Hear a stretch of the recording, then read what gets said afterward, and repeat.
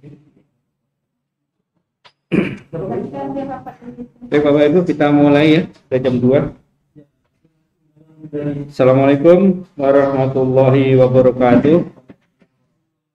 Alhamdulillahirrahmanirrahim. Berwassalamualaikum, salam sampaikan Nabi Muhammad sallallahu alaihi wasallam. Muhammad. Assalamualaikum warahmatullahi wabarakatuh. Bapak Ibu, sahabat data, pada kesempatan kali ini tanggal 1 Maret 2022 kembali Badan Pusat Statistik Kabupaten Indragiri Hilir melaksanakan rilis berita resmi statistik perhitungan indeks harga konsumen pada kondisi bulan Februari tahun 2022 untuk kondisi di Kota Tembilahan.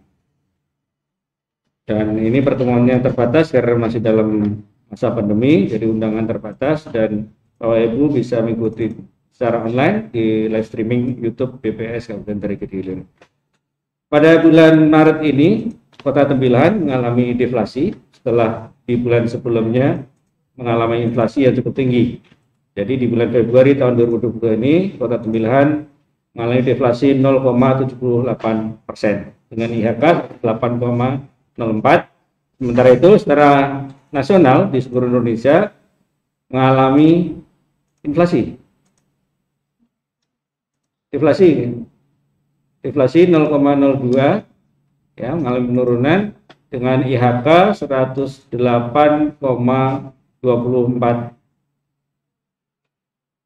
Itu adalah kondisi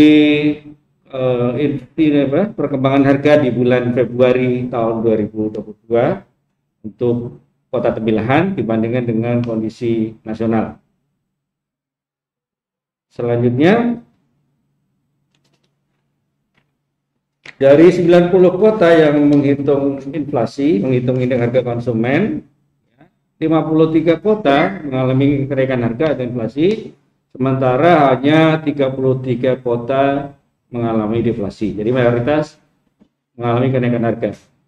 Inflasi tertinggi terjadi di Kota Kupang 0,65%, sementara inflasi terendah di Kota Tanjung Selor, Kalimantan Utara 0,01%. Sementara deflasi tertinggi di Kota Tanjung Pandan minus 2,08. Sementara terendah minus 0,01 di 3 kota, Palembang, Palangkaraya, Kalimantan Tengah, dan Kota Tarakan di Kalimantan Utara. Itu ada 3 kota ya. Kemudian kita kembali ke perkembangan harga di Kota Tembilahan. Jika kita amati lebih dalam berdasarkan kelompok pengeluaran, di sana terlihat bahwa deflasi yang dialami Kota Tembilahan untuk bulan Februari ini yang terbesar adalah disumbang oleh kelompok pengeluaran makanan, minuman, dan tembakau, yaitu minus 2,77. Kemudian perumahan, air, listrik, dan bahan bakar rumah tangga mengalami deflasi juga 0,35. Sementara kelompok pengeluaran lainnya mengalami kenaikan harga atau inflasi. Kelompok rekreasi dan olahraga serta budaya mengalami kenaikan harga 1,77, kemudian perawatan pribadi dan jasa lainnya 0,83, penyediaan makan minuman juga mengalami kenaikan 0,66 dan seterusnya. Itu yang cukup besar.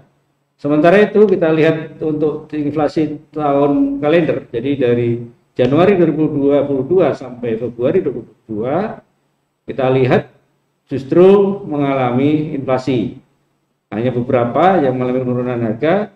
Inflasi tertinggi di rekreasi, olahraga, dan budaya untuk tahun kalender selama 2 bulan. Kemudian penyediaan makanan minuman juga mengalami inflasi cukup tinggi 3,1. Perawatan pribadi dan jasa lainnya ini mengalami kenaikan harga juga, inflasi 1,48 dan lainnya cukup kecil-kecil. Jadi 3 itu yang dominan. Sementara itu jika kita bandingkan di kondisi Februari 2022 ini dengan kondisi Februari 2021, inflasi dari tahun ke tahun juga mayoritas mengalami kenaikan harga. Hampir sebagian besar mengalami kenaikan harga, cuma di kelompok pengeluaran transportasi justru mengalami penurunan harga relatif kecil. Lanjut. Ya, kemudian kita lihat lebih dalam lagi di masing-masing kelompok pengeluaran. Tadi adalah penyumbang terbesar deflasi Kota Tembilahan bulan Februari ini adalah kelompok makanan, minuman, dan tembakau. Jika kita lihat komoditas yang menyumbang adalah ada 3 yang utama yang mengalami penurunan harga, yaitu daging ayam ras, telur ayam ras, dan ikan serai itu yang mengalami penurunan cukup signifikan. Sehingga pada bulan Februari ini kota Tembilan mengalami deflasi. Padahal di bulan sebelumnya, di bulan Januari 2022, 3 komoditas ini justru mengalami kenaikan yang cukup signifikan, sehingga menyebabkan kota Tembilan di bulan Januari itu mengalami inflasi yang cukup besar juga. Kemudian kita lanjut di kelompok pengeluaran lainnya, pakaian masih relatif stabil, ya. Kemudian di perumahan, air, listrik, dan bahan bakar rumah tangga terjadi penurunan harga, deflasi untuk komoditas besi, beton, dan seng. Itu 2 komoditas yang punya andil cukup besar di kelompok ini. Kemudian di perlengkapan, peralatan, dan pemeliharaan rumah tangga, ini ada beberapa yang mengalami kenaikan, seperti spray, kipas angin, mesin cuci, elektronik rata-rata ya, ini mengalami kenaikan walaupun tidak terlampau besar. Kemudian di kesehatan tetap ya tidak ada perubahan. Transportasi ada sedikit kenaikan, ini disumbang oleh komoditas bahan bakar.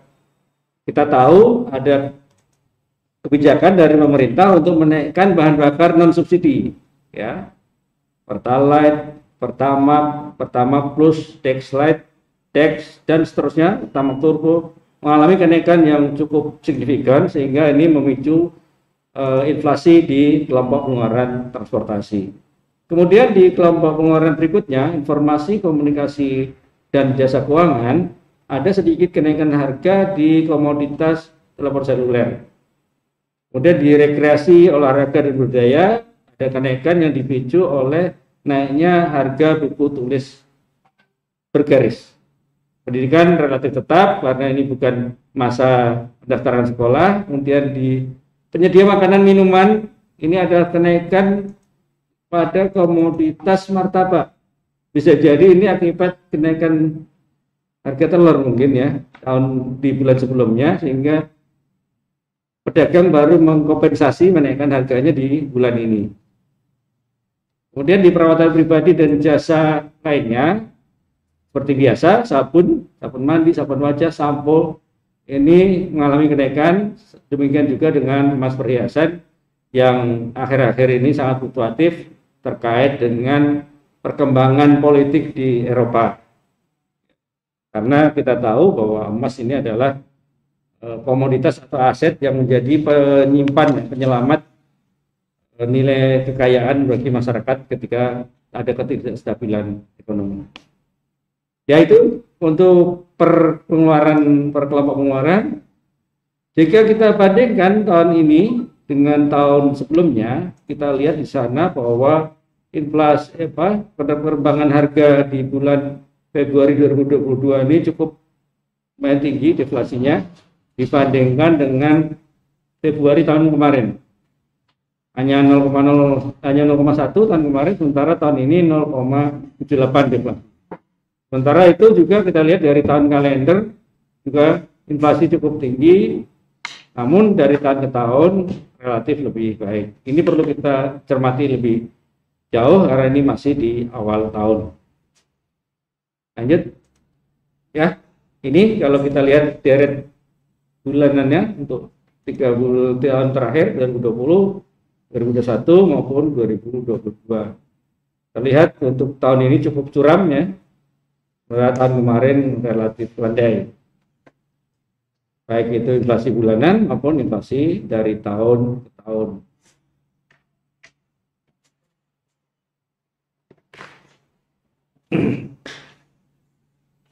Oke, kita lanjut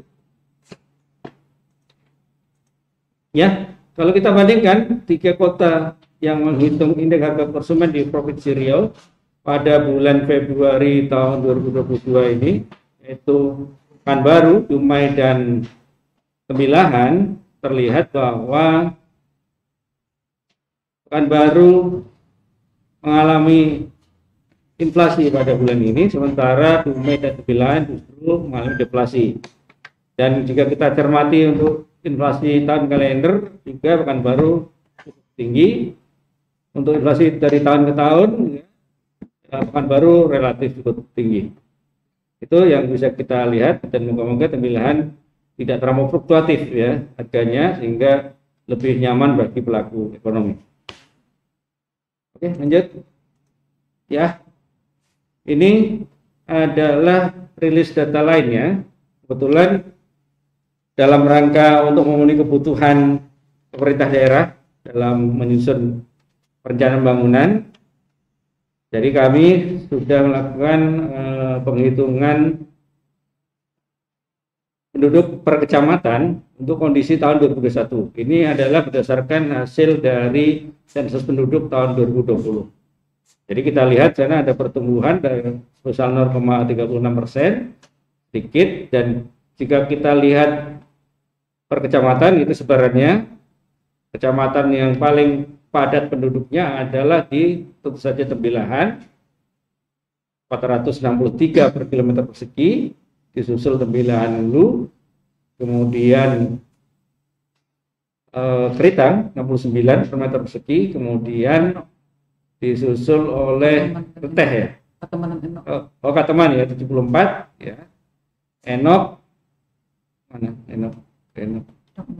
Ini Enok ya, Enok 74, kemudian Reteh 68 ya, dan seterusnya. Itu adalah kondisi jumlah penduduk menurut kecamatan. Jadi dari sana bisa tergambarkan bagaimana sebaran penduduk per kecamatannya, daerah mana yang padat, daerah mana yang masih cukup lapang. Jika dilihat nanti perkembangan dari tahun ke tahun bisa terlihat mana daerah kecamatan yang pertumbuhan penduduk cukup tinggi, mana yang cenderung melambat. Lanjut. Ya, kemudian pada tanggal 25 kemarin BPS juga sudah merilis angka PDRB ya dalam bentuk tabel ya, dalam bentuk publikasi belum, karena itu juga dalam rangka untuk percepatan pemenuhan kebutuhan perencanaan bangunan. Kita paham bahwa Pemda butuh data cepat untuk pertumbuhan ekonomi, maka kita rilis juga dalam kondisi secepatnya tanggal 25 kemarin. Terlihat bahwa di tahun ini 2021 ekonomi di Inhil relatif membaik. Ya, setelah di tahun kemarin mengalami sedikit perlambatan, tidak menurun ya, hanya melambat. Yang rata-rata 4%, kemudian di tahun 2020 turun hanya 0, di bawah setengah. Kemudian tahun ini kembali ke posisi awal sekitar 4%. Ya, antara 4 sampai 5%. Jadi ini sudah mulai normal. Moga-moga pandemi tidak meningkat lagi ya, COVID-19, sehingga ekonomi masyarakat bisa segera pulih.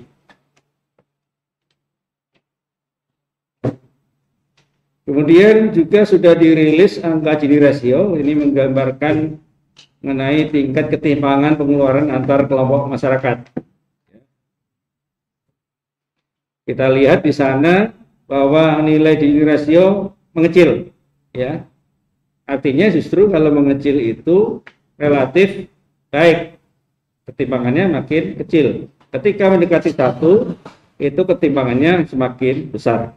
Jadi kalau dilihat trennya semakin turun, ini pertanda baik, artinya ketimpangan antar kelompok pengeluaran masyarakat ini mengalami perbaikan, makin mengecil.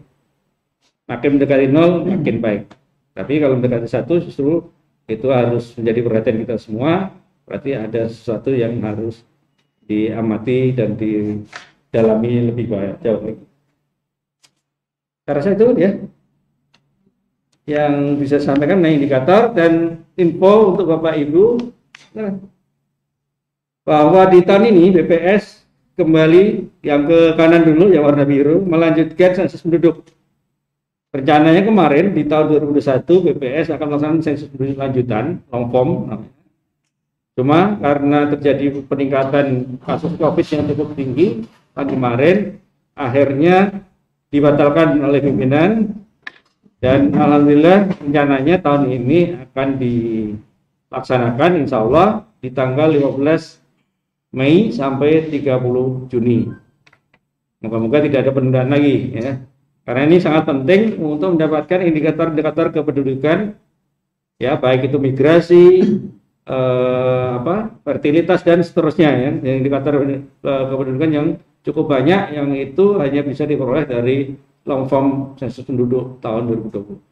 Dan pada tahun ini juga kami BPS sedang melakukan persiapan untuk sensus penduduk, sensus pertanian tahun 2023 tahun depan. Jadi tahun ini sudah ada persiapan, yaitu tahapan pemutakhiran geospasial dan muatan wilayah kerja statistik dalam rangka persiapan sensus pertanian 2023. Jadi dari persiapan pemutakhiran tahun ini, maka tahun depan bisa diperoleh bahan untuk melakukan sensus yang lebih baik karena datanya sudah dimutakhirkan, muatannya juga muatan per Wilkerstat wilayah kerja ini juga lebih up to date, sehingga moga-moga tahun depan sensus pertanian bisa kita laksanakan dengan baik dan menghasilkan data pertanian yang berkualitas.